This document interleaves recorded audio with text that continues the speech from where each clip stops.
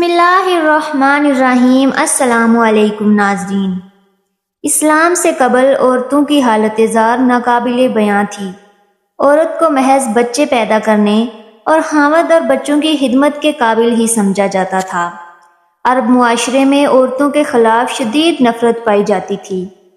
گھر میں عورت کے وجود کو مرد اپنی توہین سمجھتا تھا۔ عرب معاشرے میں بچیوں کو زندہ دفن کرنے کا بھی رواج تھا، لیکن جب اسلام کا سورج عرب کی سرزمین پر طلوع ہوا تو اس سے عورت کی تاریک زندگی میں بھی روشنی کی بارش ہونے لگی۔ اسلام نے عورت کو وہ حقوق دیے جن زمانہ جاہلیت میں تصور بھی ممکن نہ تھا۔ اسلام نے عورت کے مختلف حیثیتوں میں حقوق متعین کیے اور ان کی ادائیگی کو اپنے ماننے والوں پر لازم قرار دیا۔ ماں کی حیثیت سے اسلام نے جنت کو ماں کے قدموں میں رکھ دیا اور اولاد کو تاکید کی کہ ماں باپ کے سامنے اف تک نہ کہا جائے۔ خاوند پر یہ لازمی قرار دیا کہ وہ اپنی بیوی کے آرام و آسائش کا مکمل خیال رکھے اور اسے گھر کی چار دیواری کے اندر تمام ضروریات زندگی کا سامان مہیا کرے۔ اس کے علاوہ اسلام نے بہن، بیٹی، خالہ، دادی، نانی کی حیثیت سے بھی عورت کو حقوق سے نوازا۔ اسلام نے عورت کو حق وراثت عطا فرمایا تاکہ عورت معاشی ضروریات کی تکمیل کے لیے کسی کی دست نگر نہ ہو۔ اسماعیل بن مسلم نے حضرت امام جعفر صادق علیہ السلام انہوں نے اپنے پدر بزرگوار علیہ السلام سے انہوں نے اپنے آباء اکرام علیہ السلام سے روایت کی ہے کہ رسول اللہ صلی اللہ علیہ وآلہ وسلم نے ارشاد فرمایا کہ میری امت میں سب سے افضل وہ عورت ہے جس کا چہرہ سب سے پیارا اور خوبصورت ہو اور اس کا مہر سب سے کم ہوگا۔ اسلام نے عورت کو اعلیٰ مقام دیا ہے۔ اسلام کی نظر میں انسانی لحاظ سے مرد اور عورت دونوں برابر ہیں، لہٰذا مرد کے لیے اس کی مردانگی قابل فخر نہیں ہے اور نہ عورت کے لیے اس کی نسوانیت باعث شرم کی بات ہے۔ ہر فرد کی زندگی میں عورت کسی نہ کسی صورت میں ایک مؤثر کردار ادا کرتی ہے۔ ایک متوازن اور ترقی یافتہ معاشرے کی بنیاد رکھنے میں عورت کی بہت بڑی اہمیت ہے۔ قرآن مجید اور سنت رسول میں عورت کے مقام کے بارے میں کئی ایک آیات موجود ہیں۔ عورت خواہ ماں، بہن، بیوی یا بیٹی ہو، اسلام نے ان میں سے ہر ایک کے حقوق و فرائض کو تفصیل کے ساتھ بیان کیا ہے۔ کسی بھی انسان کے لیے ماں ہی زندگی کا مصدر ہوتی ہے، وہی دنیا میں اس کی آمد اور بقا کا سبب بھی، اسی لیے اس کا شکر ادا کرنا، اس کے ساتھ نیکی سے پیش آنا اور خدمت کرنا عورت کے اہم ترین حقوق میں سے ہے۔ حسن سلوک اور اچھے اخلاق سے پیش آنے کے سلسلے میں ماں کا حق باپ سے زیادہ ہے، کیونکہ بچے کی پیدائش اور تربیت کے سلسلے میں ماں کو زیادہ تکلیف کا سامنا کرنا پڑتا ہے، اور اسلام نے ان تمام تکلیف کو سامنے رکھتے ہوئے ماں کو زیادہ حسن سلوک کا مستحق قرار دیا، جو اسلام کا عورت پر بہت بڑا احسان ہے۔ خواتین کے لیے بہترین بشارت ہے۔ ایک مرتبہ نبی کریم صلی اللہ علیہ وآلہ وسلم کی خدمت میں ایک خاتون آئی اور آ کر عرض کرنے لگی، اے اللہ کے نبی صلی اللہ علیہ وآلہ وسلم، مرد تو نیکیوں میں ہم سے بہت آگے بڑھ گئے۔ پوچھا وہ کیسے؟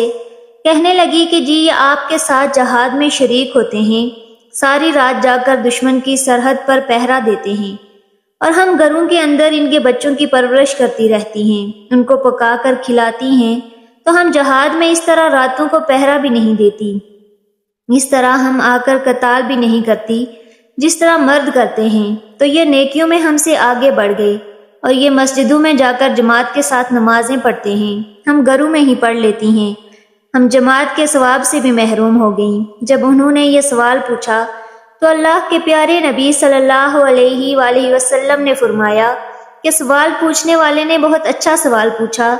رسول اللہ صلی اللہ علیہ وآلہ وسلم نے فرمایا کہ جو عورت اپنے گھر میں اپنے بچوں کی وجہ سے رات کو جاگتی ہے تو اللہ تعالیٰ اس مجاہد کے برابر اجر عطا فرماتے ہیں جو ساری رات جاگ کر دشمن کی سرحد پر پہرا دیتا ہے۔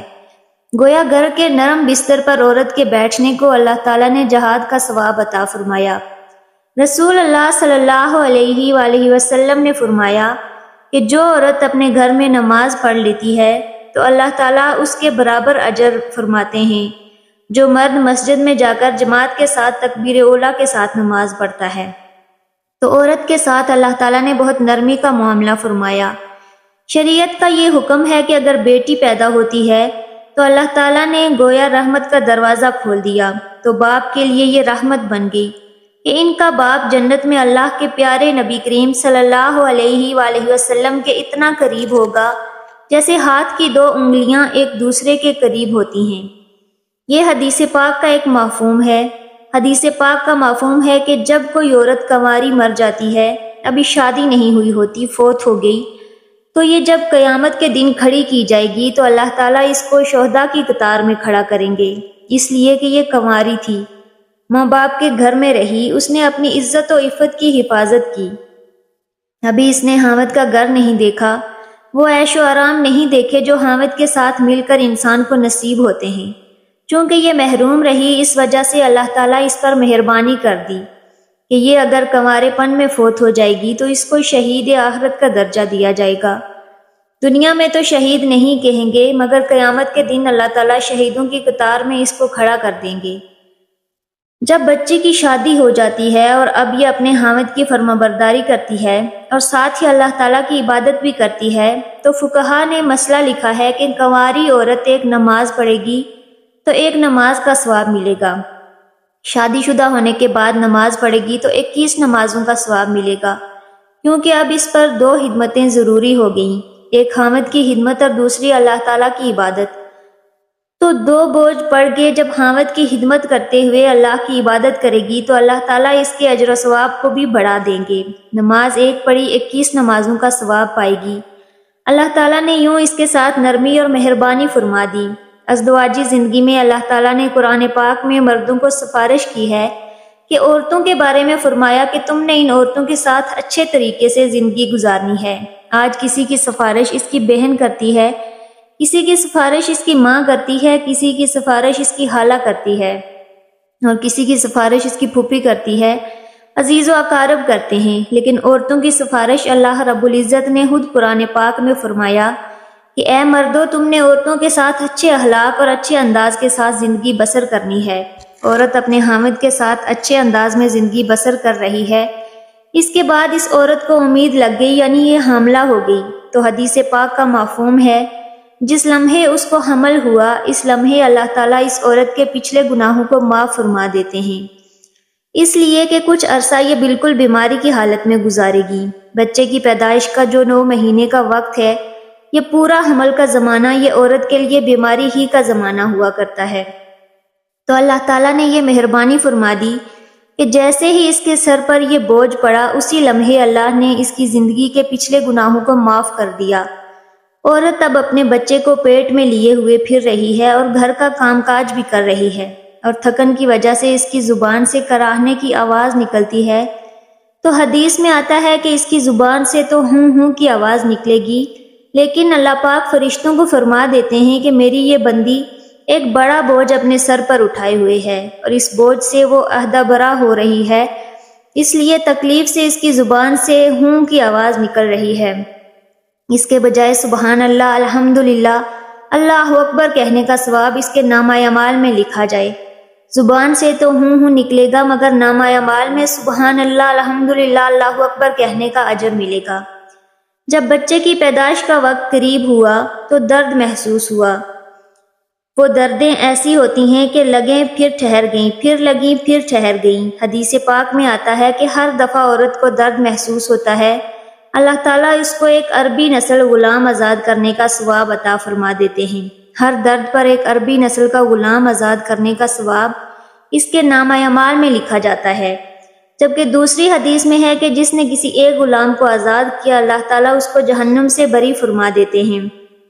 اب دیکھیے کہ عورت کے ساتھ نرمی کا معاملہ کیا گیا کہ ہر درد اٹھنے پر ایک عربی نسل کا غلام آزاد کرنے کا ثواب لکھا گیا۔